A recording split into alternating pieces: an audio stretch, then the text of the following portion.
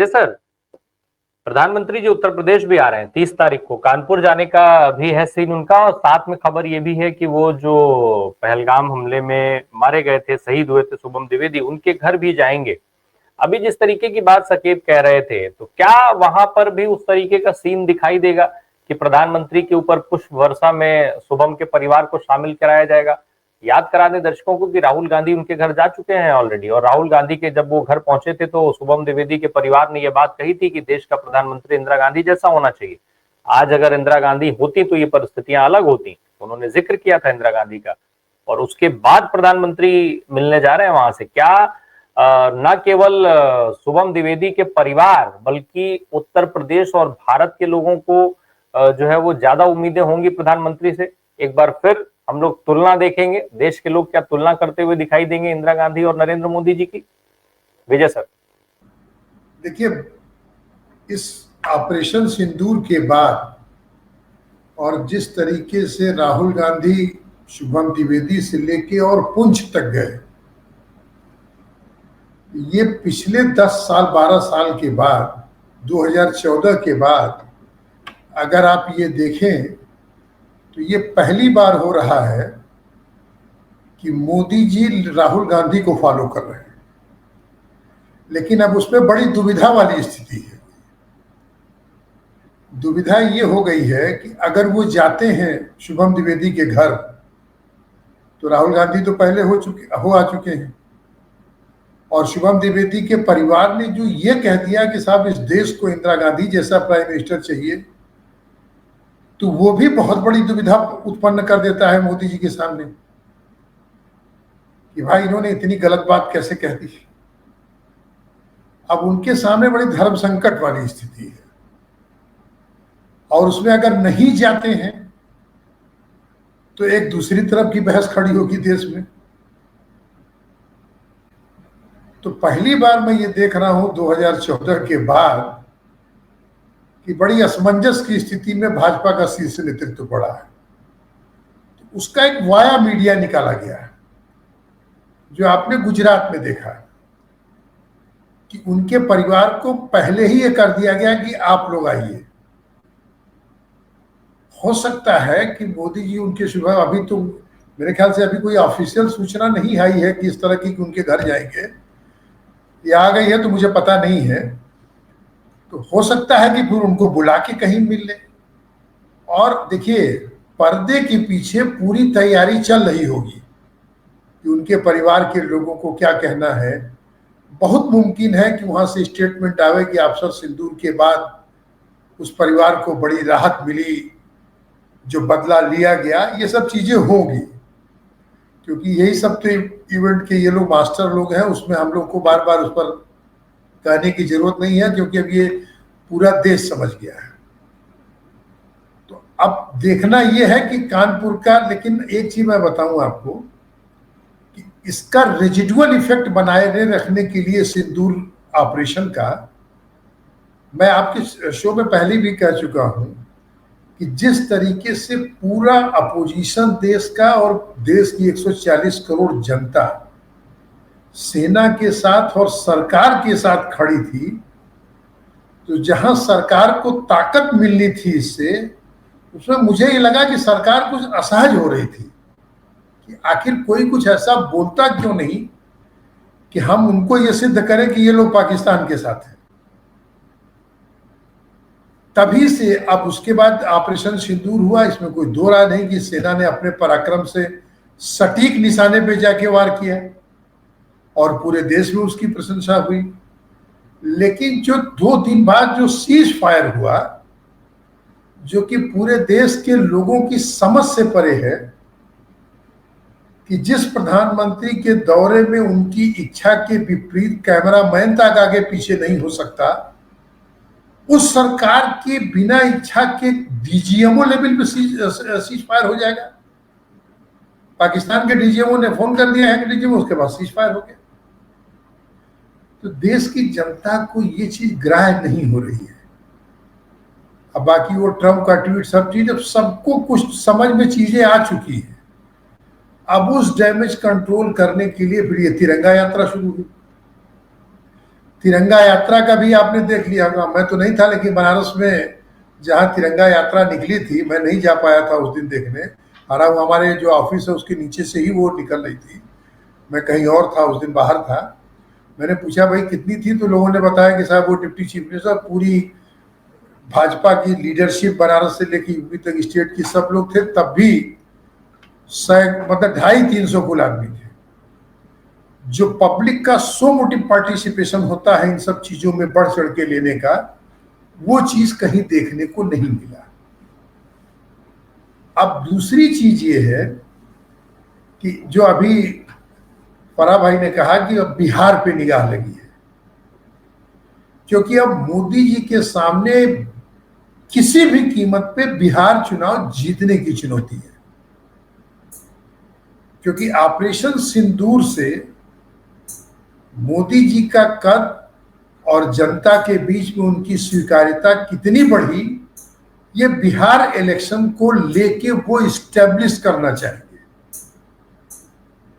कि देखिए ऑपरेशन सिंदूर के बाद बिहार की जनता ने मोहर जी के नेतृत्व पे, मोदी जी के, उनकी लीडरशिप पे मुहर लगाई।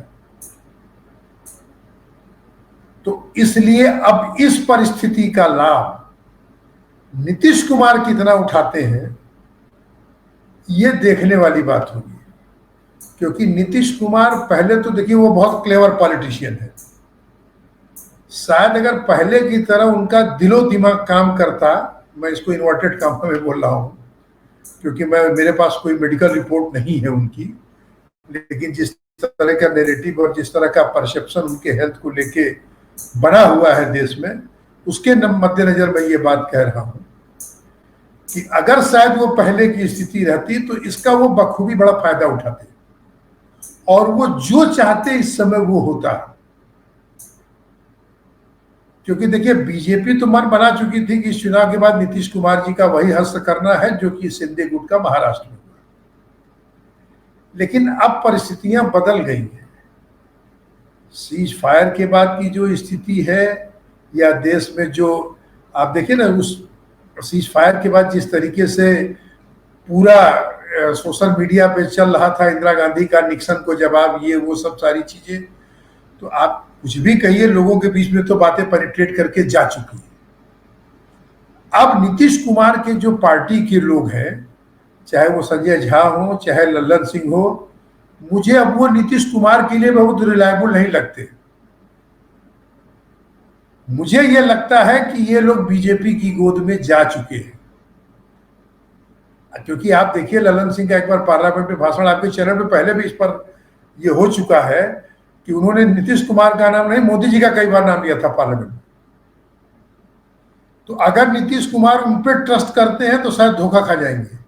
चर्चा यहां तक होने लगी थी दिल्ली में कि अगर वो पाला बदलते हैं तो उनके एमपीज हो सकता है 2/3 टूट के चले जाए बीजेपी।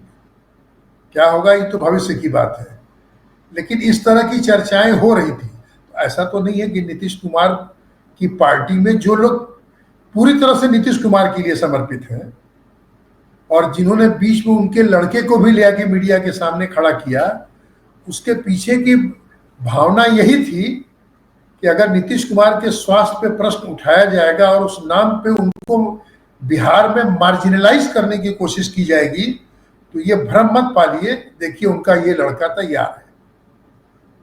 ये उसके लिए जनता दी यू की पेशबंदी हो रही थी जो उनके वेलविशर लोग। अब ये देखना है, जो फराह भाई ने ठीक कहा कि कल के रोड शो पे जो प्रधानमंत्री जी का उस पर निगाह होगी। अगर वो जाते हैं तो उस चर्चा पे कुछ दिन के लिए विराम लग जाएगा, लेकिन नहीं गए तो कल से उस पर अटकलों की तो बात छोड़ दीजिए, दिल्ली की सरकार की स्थिति फिर वो होने लगेगी, उसकी क्रेडिबिलिटी पे सवाल उठने लगेगी। अब ये देखना है कि नीतीश कुमार का एक्शन होता क्या है। और जो आपने जो सवाल उठाया राम प्रकाश भाई कि मोदी जी उत्तर प्रदेश में जा रहे हैं, देखिए ये मैंने कहा ना कि सीज फायर के बाद जो इमेज का के बारे में जो परसेप्शन बना है मोदी जी के बारे में और इंदिरा जी से जो तुलना होने लगी, उसको डैमेज कंट्रोल करने के लिए ये जो तरह तरह की चीजें हो रही हैं, अभी तक उसमें बहुत सफलता मिलते हुए नहीं देख रही है। ये सबसे बड़े परेशानी का सबब है। तो अब आप जाते भी हैं शुभम द्विवेदी के घर, देखिए वो असर नहीं हो पाएगा, क्योंकि राहुल गांधी जाके हो आए हैं उस परिवार के साथ, पूरा उन्होंने समय दिया है, कोई पाला छू के नहीं आए हैं, उसके परिवार के साथ बैठे हैं। और कहीं ना कहीं इमोशनली वो परिवार राहुल गांधी के साथ इतना इमोशनली जुड़ा, और तभी पर्पस उसके मुंह से निकल गया कि आज इंदिरा जी होती तो ऐसा न होता। आप उस साइकोलॉजी को समझिए जो उसके परिवार की प्रतिक्रिया है। अगर आप उसकी साइकोलॉजी समझिए जो उन लोगों ने कहा है, आप पुंछ में देख लीजिए जो राहुल गांधी गए थे किस तरीके से लोग मिले हैं, तो कहां तक आप उनको काउंटर करिएगा। और इधर बीच मैं एक चीज कहूंगा, और अब सवाल जो खड़े होने शुरू किए इतने दिन बाद, जाके परसों पार्लियामेंट्री कमेटी में जयशंकर जी ने कहा कि नहीं, हमने जो विदेश मंत्री हैं कि हमने उसके ऑपरेशन के बाद जो है आधे घंटे बाद उनको खबर किया। भाई इतने दिन क्यों चुप थे? लेकिन एक सवाल तो है ही है ना कि भाई 2 दिन बाद डीजीएमओ पाकिस्तान फोन करता है, आपके डीजीएमओ को आपने सीज फायर कर दिया बिना किसी शर्त के। न उन 4 आतंकवादियों की आपने बात की, न जो आतंकवादियों के आका पाकिस्तान में बैठे हैं उनकी बात की, और न फर्दर भविष्य में किसी भी आतंकवादी कार्रवाई को पाकिस्तान न करे इसका कोई भी एश्योरेंस भी अगर लिया होता। देखिए पाकिस्तान एश्योरेंस भी देते तो उस पर विश्वास नहीं किया जा सकता, ये नहीं कह सकते हैं आपकी एश्योरेंस देने के बाद वो नहीं करेगा, लेकिन आप तो कम से कम लेते उसे, कुछ तो कहलवाते। ये तो एक तरह से बिना शर्त बिना सब हो गया सीज फायर, और तब जबकि हमारी सेना का अपर हेड नहीं बहुत ही ऊपर वो था हिसाब किताब, उनके कितने एयरबेस को इन्होंने नष्ट कर दिए।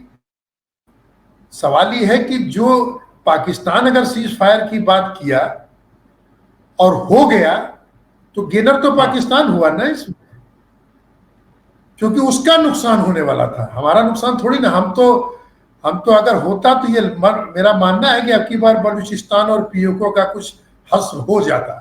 ये हर देशवासी के मन में, हमारी बात नहीं कह रहा हूं मैं, ये आम आदमी कह रहा था कि अब की बार ये कुछ न कुछ हो जाता है। लेकिन चाहे वो अमेरिका के दबाव में हो, चाहे चाइना के दबाव में हो, किसी न किसी के तो दबाव में हुआ होगा, तभी इस तरह से हुआ है। तो अब उसके डैमेज कंट्रोल के लिए ये जो चीजें यात्राएं हैं चलेंगी, और उसमें यही होगा घर में घुस के मारा। हमारा तो टारगेट ही आतंकवादी कैंप था, वो हमने किया, और पाकिस्तान ने जब गिड़गिड़ाना शुरू किया तो हमने सीज फायर किया। लेकिन बिहार का, जैसा कि फराह भाई ने कहा, ये हम लोगों के लिए भी दिलचस्प होगा कि आने वाले समय में बिहार का, क्योंकि देखिए बिहार का चुनाव जीतना उनके लिए सबसे बड़ी चुनौती इसलिए है कि इस युद्ध विराम के बाद जनमत मोदी जी के साथ है। इस परसेप्शन को बनाए रखने के लिए वो किसी कीमत पे बिहार को लूज नहीं करना चाहेंगे। और हो सकता है कि कल वो अगर नीतीश कुमार जाते हैं तो डिक्लेयर भी कर दें कि नीतीश कुमार जी अगले मुख्यमंत्री होंगे। वो क्योंकि देखिए उससे डिक्लेयर करने से क्या था, महाराष्ट्र में तो हो ही रहा था कि शिंदे जी के नेतृत्व में, और चुनाव बाद फिर वो देख लेंगे लोग जो उससे करना होगा, उसमें कौन सी ऐसी बात है। जी राम।